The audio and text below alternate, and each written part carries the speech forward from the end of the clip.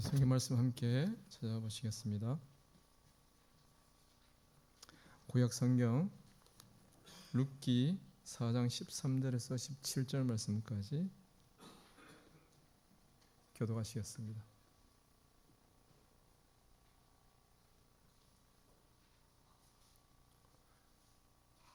구약 성경, 제가 가진 성경은 구약 407쪽입니다. 룻기 4장 13절에서 17절 말씀까지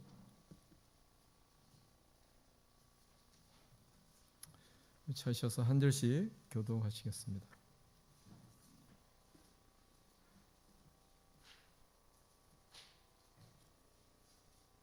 구약 성경 407쪽입니다. 찾으셨으면 제가 한 절, 여러분 한 절 그렇게 읽도록 하겠습니다. 13절 말씀 제가 먼저 읽도록 하겠습니다. 13절입니다. 이에 보아스가 룻을 맞이하여 아내로 삼고 그에게 들어갔더니 여호와께서 그에게 임신하게 하심으로 그가 아들을 낳은지라.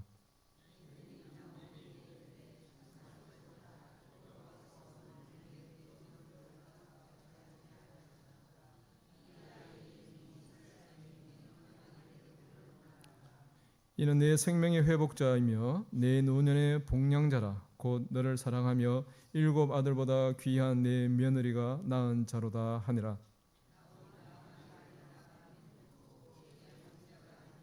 함께 읽겠습니다. 그가 인들이 그에게 이름을 지어주되 나오미에게 아들이 태어났다 하여 그의 이름을 오벳이라 하였는데 그는 다윗의 아버지인 이새의 아버지였더라. 아멘. 예. 분주하게 지내다 보니까 12월에 벌써 마지막 주가 되었습니다. 그리고 생각해 보니까 이제 2025년이 익숙해졌는데 이제 오늘 아침에 이제 교사 예배를 드리면서 2026년이라는 새로운 해가 또 우리에게 익숙해져야 되는 그런 시기가 되었구나 하는 생각을 갖게 됩니다.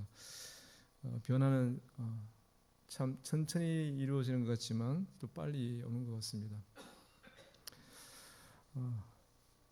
2025년도에 만나고 다음 주에는 26년도에 인사하는 그런 한 주가 되는 것 같습니다. 이 연말을 잘 보내셨으면 좋겠습니다. 12월이 되면 우리는 다 이렇게 한 해를 돌아보게 됩니다. 특별히 오늘 마지막 주일이 되니까 지난 한 해 우리의 삶이 어떠했는지를 생각하게 될 수밖에 없습니다. 우리의 지난 2025년 한 해의 삶들은 각각 어떠한 모습으로 우리에게 남아져 있습니까? 연초에 우리가 다 나름 결단하고 계획하고 꿈꿨던 것들, 그런 것들이 어떻게 진행되어 왔는지 모르겠습니다. 많은 계획들에 대해서 점검하고 돌아보고 확인하는 시간들이긴 하지만 동시에 우리가 그리스도인으로서 우리의 발자취가 어떠했는가 하는 것들을 생각할 수 있는 시간이 되었으면 좋겠습니다. 우리는 그냥 한 명의 인생이 아니라 하나님 앞에 그리스도인으로서 우리의 삶들을 살아가는 자들입니다. 그러기에 정말 무엇으로 내 삶을 살아왔는가 하는 결과만이 아니라 그 결과보다 더 본질적인 문제, 나의 중심에 어떠한 정체성을 가지고 내가 2025년을 살아왔는가 하는 문제가 더 중요하리라고 생각합니다. 좋은 결과를 낳는 거 다 좋습니다. 좋고 중요하지만 내가 정말 신자로서 합당한 결과를 얻었는가 하는 것들이 우리에게 가장 중요하지 않은가 생각합니다. 그리스도인으로서 하나님 앞에서 나의 삶은 어떠했으며 또 그리스도인으로서 세상 앞에 나는 어떻게 증거되었는가 하는 것들을 점검해 보는 것, 그것이 우리에게 이 2025년 마지막 주일을 보내며 더 본질적이고 중요한 문제라 생각하게 됩니다. 오늘 우리가 읽은 룻기 말씀을 통해서 우리가 잘 아는 인물입니다. 룻이라는 인물, 이방 여인인 그가 하나님 앞에서 어떤 삶으로 나타나는가에 대해서 살펴보려고 하는 것은 아니고 나오미라는 이름을 통해서 또 나오미의 가정을 통해서 또 나오미의 고백을 통해서 나타난 모습을 통해 오늘 이 2025년의 마지막을 보내는 우리의 삶을 점검해 볼 수 있는 시간이었으면 좋겠습니다. 룻기를 사실은 이게 전체적으로 이렇게 생각하고 또 이해하는 부분들을 이해하고 있다고 생각하고 말씀을 함께 살펴보려고 합니다. 우리 1장을 읽진 않았지만 룻기 1장 말씀에 보면 나오미의 가정이 유대 땅 베들레헴에 살고 있었지만 가뭄 때문에 모압으로 이사를 가는 과정이 나옵니다. 1장 1절 2절 보면 사사들이 치리하던 때에 그 땅에 흉년이 드니라 그렇게 얘기합니다. 그러니까 이 시대가 사사 시대를 배경을 하고 있고 또 특별히 유다 베들레헴에 한 사람이 있어 그의 아내와 두 아들을 데리고 모압 지방에 가서 거류하였는데라고 쓰고 있는 내용을 보면 유대 땅 유다 지파 사람이고 베들레헴에 살았던 사람인데 이 사람이 이 가뭄 때문에 흉년 때문에 모압이라는 이방 지역으로 이사를 갔다는 내용들을 보게 됩니다. 그리고 거기 가서 거주하게 된 나오미의 남편은 엘리멜렉이고 그 아내 나오미 그리고 그의 두 아들 말론과 기럝이라는 인물이 등장합니다. 여기서 이 사람들은 사실 이름만 나타날 뿐 실제로 그 사람들의 행위에 대해서는 별로 기록되어 있는 것이 없습니다. 그리고 이 사람들이 모압으로 가서 모압 땅에 거주합니다. 그리고 거기서 이방 여인들을 며느리로 아내로 받아들였다는 내용이 나옵니다. 오늘 이 1절 알점에 1장 1절 말씀에 보면 사사들이 치리하던 때라는 것, 우리가 잘 알듯이 사사시대는 암흑의 시대라고 얘기할 수도 있습니다. 하나님께 불순종하고 배역하고 우상을 섬겼던 이스라엘 백성들, 하나님 백성들, 언약 백성들이 이방 민족의 지배를 받고 고통당하고 하나님 앞에 탄원하고 탄식하고 부르짖고 하나님이 그들을 회복시키기 위해서 사사를 보내서 그들을 회복시켜 주시고 하나님께 은혜를 베푸신 것, 이것이 계속 반복되는 과정이 바로 이 사사기의 내용들입니다. 은혜를 입고 회복되었지만 다시 하나님을 떠나고, 이것이 이제 몇백 년 동안 지속되며 그들이 고통 가운데 신음하였던 것이 이 사사시대입니다. 그리고 이 시대의 내용 속에 나오는 것이 왕이 없었으므로라는 말씀, 그것으로 대변되어지는 것을 우리가 너무나 잘 알고 있죠. 하나님이 실질적인 왕이었지만 왕 대신 하나님이 왕으로 고백되어지지 않았던 시대, 그것이 바로 이 사사시대입니다. 그런 때에 이 나오미의 가정, 그의 가정들이 모압이라는 이방 땅으로 가서 거주하게 된 이 배경을 생각해 보면 사사들이 치리했던 시대이기 때문에 하나님을 배역하고 불신앙하고 언약을 떠나 있고 하나님을 두려워하는 마음조차 가지지 않았던 유대인 이스라엘 사람들이었지만, 그럼에도 불구하고 언약의 하나님을 거역하고 하나님을 배반했던 그 시대 상황 속에서 이 유대 땅에 거주했던 유다 지파 나오미의 가정이 이방 땅 모압으로 이사한다는 것은 전혀 이상한 일이 아닐 수 있습니다. 이 사람들이 언약 안에 거하는 하나님의 백성들이었지만 하나님의 언약을 떠나서 철저하게 현실적인 문제를 따라서 하나님을 떠나고 하나님을 두려워하지 않고 자기들의 의견, 자기들의 생각에 옳은 대로, 하나님이 왕이 없었기 때문에 각자의 자기의 소견대로 행했던 그 시대 한가운데 서서 이 사람들이 이방 땅으로 가서 거했다는 사실은 전혀 이상한 문제가 아닐 수 있습니다. 우리가 살고 있는 이 시대 가운데서 우리가 신자로서 우리의 삶대로 살아갑니다.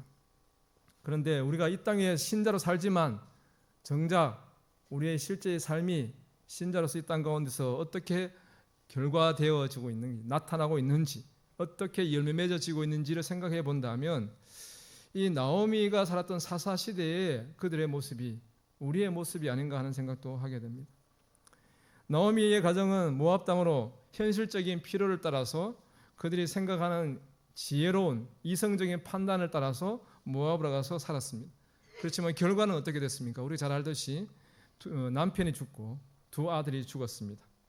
남겨진 것은 연약한 여인 셋만 이 가정에 남게 되었습니다. 그것도 나오미는 유대인이지만 그 남겨진 두 며느리는 모압 여인입니다. 이방인입니다.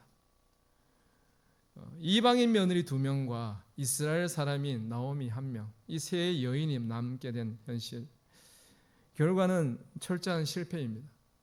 그럴듯했고 괜찮은 선택이었고 그것에 대해서 누가 뭐라 하지도 않았고, 그랬음에도 불구하고 결과는 대가 끊어진, 언약의 자손이 끊어진 그런 가문이 되어버린 것이죠.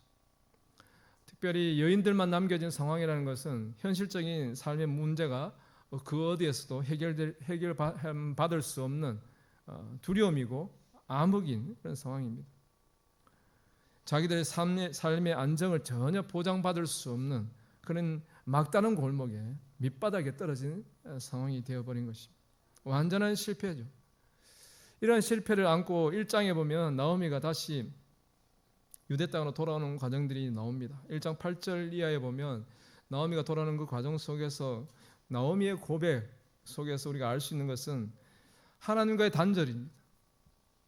하나님과 끊어진 관계 때문에, 언약에서 끊어졌기 때문에 소망이 없는 인생의 자기 포기와 같은 그런 고백들이 계속해서 나옵니다.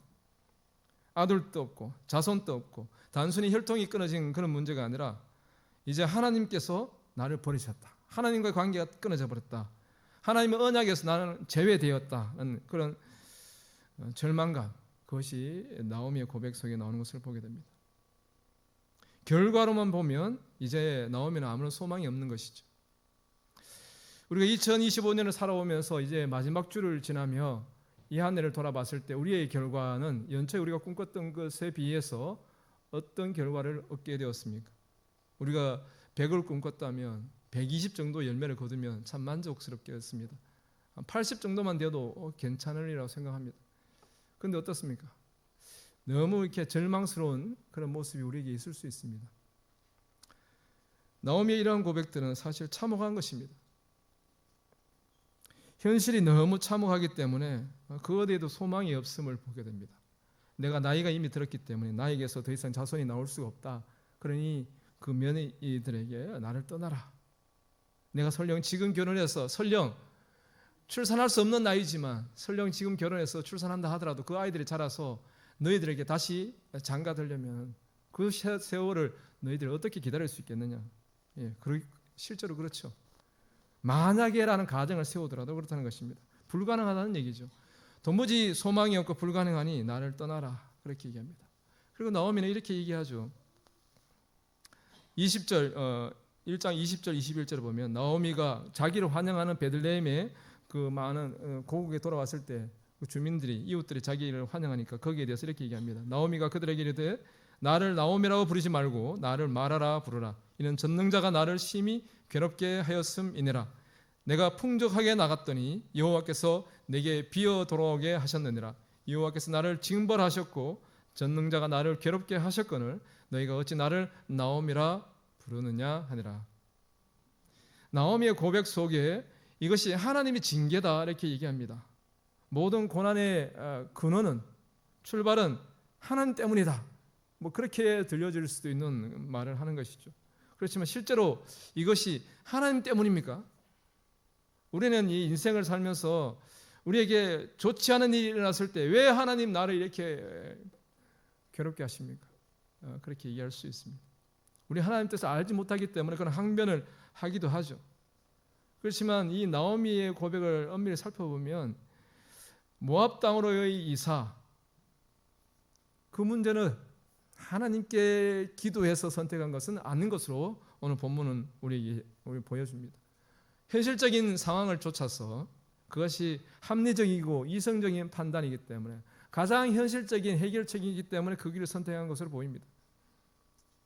그 어디에도 하나님의 인도하심을 구했다거나 그것을 쫓아갔다고 말하지는 않습니다. 그러기에 나오미가 이렇게 일방적으로 하나님께서 나를 치셨다, 징벌하셨다, 하나님이 나를 괴롭게 하셨다, 전능자가 나를 괴롭힌다 이렇게 단언하는 것은 좀 무리가 있어 보입니다. 좀 더 근본적인 문제를 생각해 보면 신자로서 하나님 나라 백성으로서 하나님 나라의 하나님의 통치 아래 살아가는 것이 당연한 자가 하나님 통치를 떠난 것이죠. 그게 실제적인 내용입니다. 하나님 백성이라고 말하는 유대인이지만 그 유다 땅 베들레헴에 살았지만 그러나 하나님의 통치, 하나님의 다스림을 거부하고 내가 옳은 대로, 내가 생각할 때 옳은 대로 나는 가겠소라고 하나님의 통치를 거부하고 떠난 것이죠. 하나님이 유대 땅에만 하나님이냐? 그렇지는 않습니다. 하나님이 이 우주의 통치자이시죠. 그러나 이런 개념은 하나님이 통치자시고 하나님이 다스림이 존재하지만 그걸 거부한다는 것입니다. 나는 듣지 않겠소. 나는 내가 생각하는 대로 옳은 대로 행동하겠소. 그러니 나에게 간섭 마시오. 이게 나오미의 가정의 모습이라 할 수 있습니다. 요즘 우리나라에서 이 문제가 많이 되었던 캄보디아 그 보이스피싱 범죄단체에 우리나라 청년들이 끌려가고 그들에게 이용당하고 또 범죄에 가담하게 된 그런 내용들을 보게 되었습니다. 몇백 명, 몇천 명인가요? 하여튼 엄청 많은 청년들이 끌려가고. 근데 그 내용을 살펴보면 사기 행각에, 범죄 조직의 사기 행각에 속아서 가는 청년들도 있지만 알고 간 사람도 있습니다. 그리고 공항에서 나갈 때 범죄 조직에 대한 염려 때문에 공항에서 검문 검색하면서 그런 경우에는 출국 못하도록 이렇게 막으니까 거기에 거짓말을 해서 출국하려고 시도했던 경우도 사례들이 나오고 있는 것을 우리가 확인하게 됩니다. 그렇게 나가서 그 범죄 조직에 매여서 거기에서 생명을 잃게 되고 이런 고통을 당하는 경우를 보게 되었을 때 다 그런 것은 아니지만 어떤 이들은 나라의 보호를 포기하고 개인적인 욕망을 추구해서 쫓아간 것입니다. 그 나라로 단기간에 고수익을 구하면서 내가 누구에게 거짓말을 해서라도 가겠다. 그렇게 해서 그곳에 가서 고통당한 것을 보게 되는 것이죠. 대한민국이 없어진 것이 아니죠. 대한민국의 통치권이 그 나라에도 영향을 미칠 수가 있습니다. 그래서 국가에서 그 청년들을 강제적으로 이렇게 데리고 오는 그런 일도 있었던 것을 보게 됩니다. 나라의 통치권이 존재하고 나라의 보호가 존재하지만 그것을 피하는 경우이죠. 회피하는 경우이죠. 하나님이 하나님의 백성을 통치하고 하나님이 하나님 백성에게 하나님의 은혜를 베푸시긴 하지만 그러나 그 하나님의 은혜를 내가 만족하지 못하고 내가 그 하나님의 통치와 다스림을 거부하고 내 길로, 내 생각으로, 내 판단으로 나는 계획하고 살아가겠습니다. 그렇게 한 결과가 나오미의 가정의 모습이 아닌가 하는 것이죠. 나오미의 가정은 결국 모압이라는 선택지를 택해서 갔지만 가문이 몰락했습니다. 소망이 없는 그런 상황으로 돌아왔습니다. 두 며느리 중에 한 명은 돌아가고 룻만 이 나오미와 함께 빈털터리로 고향 땅 베들레헴에, 룻은 낯선 이국 땅이죠. 베들레헴으로 돌아와 거하게 되었습니다. 그런데 이런 모든 현실 상황은 정말 암담하였지만 그러나 하나님은 어떻게 일하셨는가를 보면 하나님은 그 사사시대에 그 어두운 배역에 하나님을 향한 배역의 시대 속에 하나님의 법을 쫓아가기를 기뻐했던 한 사람 보아스라는 인물을 통해서 하나님 일하심을 나타내십니다. 세상 모든 사람들은 하나님 말씀을 떠나고 하나님 뜻을 외면하고 철저하게 자기 자신의 욕망을 추구하며 살았던 시대였던 그 사사시대 속에서 어찌 보면 이 보아스라는 인물은 현실을 초월한 인물이 아닌가 싶을 정도로 그 자신의 모든 부유함을 기꺼이 이 아무것도 없는 빈털터리 나오미의 가정을 위해서 기꺼이 내어주는 한 가족이 되는 일들로 행하는 것을 보게 됩니다. 그 과정 속에 기업 무르는 과정 이런 것들은 나중에 여러분들이 성경 다 읽어보시면 또 읽어보셨으니까 아시리라고 생각합니다. 그래서 패스하겠습니다. 결과는 그렇다는 것이죠. 분명히 나오미가 돌아올 때에는 보아스라는 인물이 있을 것이고 그를 통해서 내가 기업 물을 것이다. 이런 계획을 가지고 들어온 것이 아닙니다. 보아스도 기업 물음에 있어서 순위에 있어서 2순위입니다. 1순위도 아니죠. 결과는 그렇게 된 것입니다. 하나님께서 보아스라는 인물을 통해서 철저하게 배역의 시대에 율법 앞에서 겸손히 서 있던 이 인물을 통해서 나오미의 가정을 일으키십니다. 죽음이라고 말했던 분명히 나오미라는 이름이 기쁨이라는 이름의 뜻이 있음에도 불구하고 스스로를 괴로움이라고 말하라고 고백했던 그 나오미, 자기 속에 옳은 대로 행했던 그 길, 그 선택이 실패했지만 그래서 결국 하나님 앞에 돌아왔던 그 이스라엘 땅 유대 땅으로 돌아왔을 때의 그의 모습은 마치 죽은 자와 같은 그런 상황 가운데 있었던 것이 나오미였지만 그러나 하나님은 이 나오미의 가정을 일으킴에 있어서 한 줄기 빛과 같은 보아스라는 인물을 사용하시고 또 하나님과 그 언약 밖에 있었던 모압 여인 룻이라는 이방 여인을 통해서 이 가정을 생명으로 회복시키시는 일하심들을 보게 됩니다. 여기에 인생의 지혜나 방식은 없습니다. 하나님의 철저한 계획과 뜻 안에서 이것이 진행되어졌습니다. 나오미가 돌아올 때는 아무런 계획도 없고 그저 고국 땅에서 죽더라도 내가 그 땅에서 죽으리라 그런 마음으로 돌아왔으리라고 생각됩니다. 그런데 하나님께서 이 가정에 하나님의 주권으로 일하십니다. 나오미가 뭐 대단한 것이 있어서 그의 믿음이 좋고 신앙이 좋고 그런 것이 없습니다. 우리는 생각하면 내가 신앙이 좋으면 물론 하나님께서 내게 복을 주시겠다 그렇게 꿈꿀 수 있습니다. 그러나 그런 보장은 사실 없습니다. 믿음이 좋아도 그 가정이 어려운 경우가 많아요. 정말 믿음을 지켰는데 가문이 고통당하는 경우가 허다합니다. 사실은 예수 잘 믿어서 부자 되었다 이런 경우는 극히 드뭅니다. 그래서 우리는 잘 봐야 됩니다. 외적으로 어떤 모습인가가 아니라 우리가 하나님과의 관계 안에서 어떻게 존재하는가 그것이 중요한 것이죠. 나오미의 모습 외적인 상황들은 아무런 기대와 소망이 없고 그 어떤 것도 하나님 앞에 비붙일 만한 하나님 앞에 주장하고 내세울 만한 자기 근거가 아무것도 존재하지 않습니다. 기껏 돌아와서 자기가 선택해서 실패하고 돌아왔음에도 불구하고 하나님 앞에서 하나님이 나를 주셨기 때문에 내가 이 모양이 됐다. 자신의 모습을 돌아봄보다는 하나님을 향한 원망의 마음이 더 많은 것이 나오미의 모습인 것을 알 수가 있습니다. 그런데 하나님 어떻게 일하십니까? 그 모습 그대로를 받으십니다. 그리고 그에게 회복시켜 주시죠. 거기에 이유 조건이 없습니다. 이유가 있다면 하나님 백성이라는 사실이죠. 하나님 백성이기 때문에 하나님께서 개입하시고 하나님의 전적인 자기 주권과 자기 뜻 그 의지 때문에 이 일들을 이루어 가시는 것입니다. 아까 우리 찬양 인도하시는 집사님께서 하나님의 열심이라고 하셨는데 하나님의 열심이 이 일을 이루신 것이죠. 원망하며 불평하며 도대체 내 인생 2025년대 왜 이 모양이 되었습니까? 라고 말할 그때에 하나님 여전히 우리를 붙들고 계시다는 사실이죠. 그것이 하나님의 일하심의 모습이라는 겁니다. 우리는 우리의 삶 속에서 많은 원망이나 불평을 하나님께 올려드릴 수 있습니다. 그런데 우리는 하나님과의 관계 안에 있다는 사실을 먼저 기억해야 됩니다. 보여지는 외적인 모습 상황이 아니라 나를 붙들고 계신 진정한 나의 통치자, 나의 주인이 누구이신지를 우리 먼저 알아야 됩니다. 인생은 죽었다고 말하는 그 상황이었습니다. 외적인 상황들은 분명히 소망이 없는 죽음이었습니다. 그런데 나는 죽었어. 나는 소망이 없어. 나는 더 이상 희망과 꿈도 없어. 나는 다 죽었기 때문에 내려놓았어. 그렇게 고백되어지는 그곳에서 하나님은 주인 되심의 일을 행하고 계시는 것을 보여줍니다. 우리는 죽음이지만 그러나 그 죽음이 하나님의 생명이 생명으로 드러나는 그때입니다. 보이지 않고 외면되었던 하나님의 주권자 된 그 권리, 그 능력 행사가 이제서야 선명하게 드러나는 것이죠. 우리의 열심이 앞서면, 우리의 열정이 불타오르면 하나님의 일하심, 하나님의 그 열심으로 이끌어 가시는 하나님의 그 신실하신 일하심의 역사들은 우리가 확인하기 어렵습니다.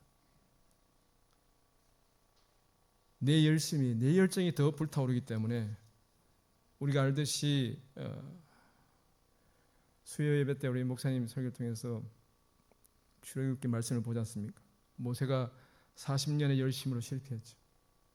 철저히 40년 동안 또 깨어지고 낮아졌습니다.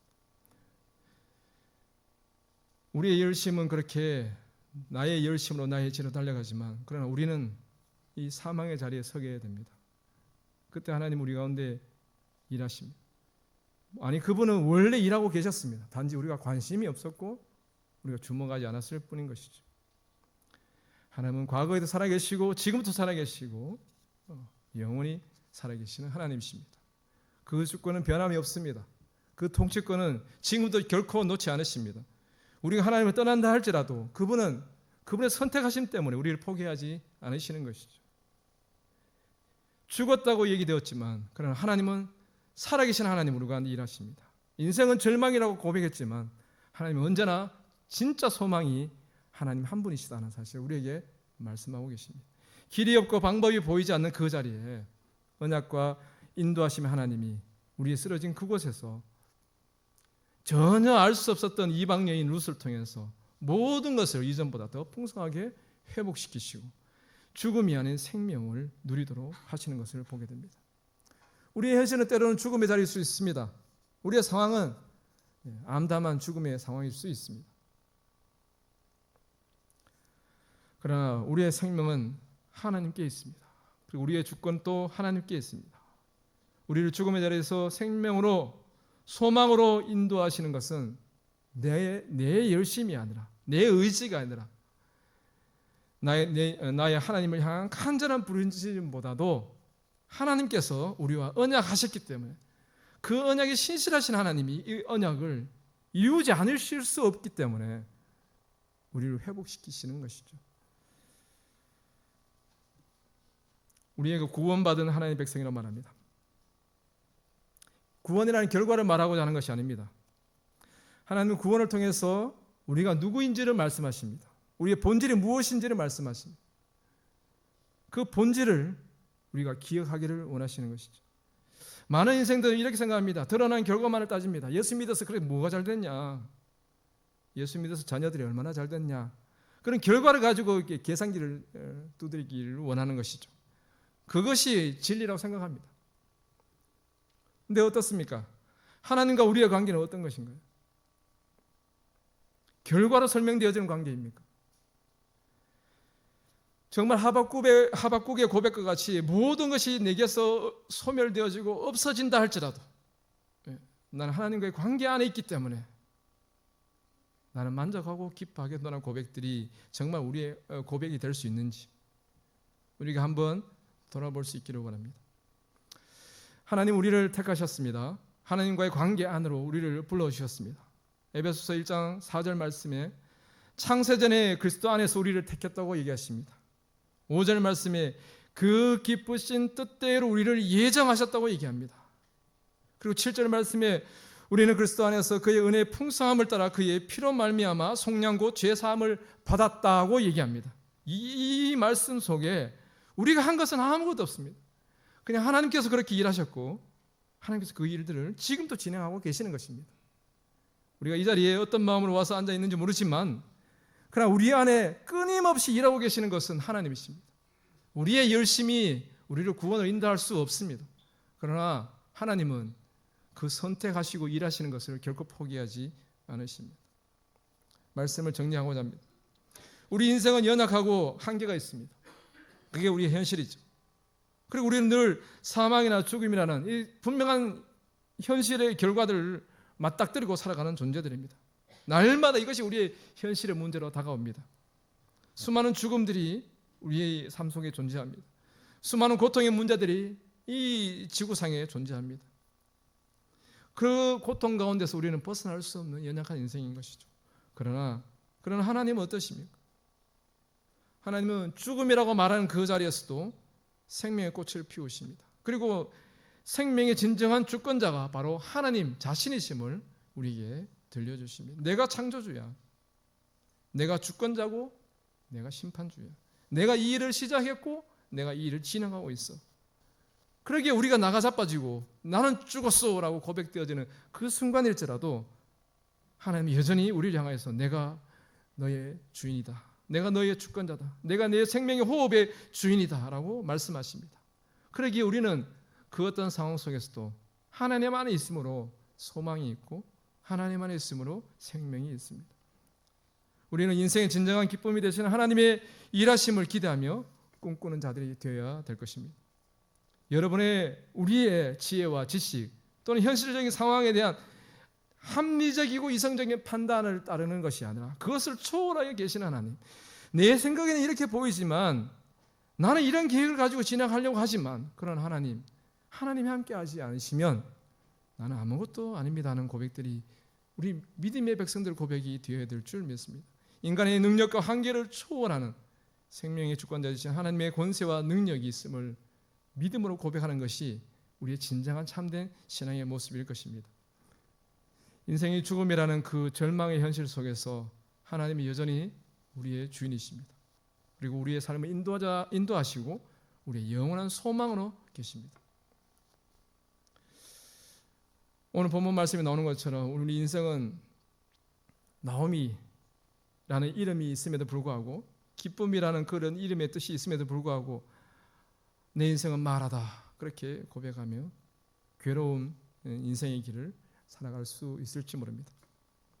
그렇지만 우리는 그렇게 고백할지언정 나를 부르시고 나를 하나님의 것으로 하나님의 소유로 삼으신 그 하나님은 당신의 주권으로 우리를 나오미로 세우십니다. 인생의 지혜나 방법이 아니라 하나님의 주권으로 끊어진 언약의 세대를 이방 여인이라는 룻이라는 그 어찌 보면 보잘것없는 아무도 주목하지 않았던 그 여인을 통해서 새로운 생명의 통로를 만들어 가시는 하나님 일하심을 우리에게 보여주십니다. 그러기에 우리는 하나님과의 관계 안에서 신자됨의 정체성을 확정하고 선포해야 될 것입니다. 하나님의 다스림의 은혜, 믿음으로 그 하나님의 은혜를 신뢰하고 의지하고 기대하고 기다리며 소망하는 우리의 삶들이 되었으면 좋겠습니다. 비록 우리가 실패나 넘어짐의 자리에 있을지라도 여전히 하나님은 우리 하나님이십니다.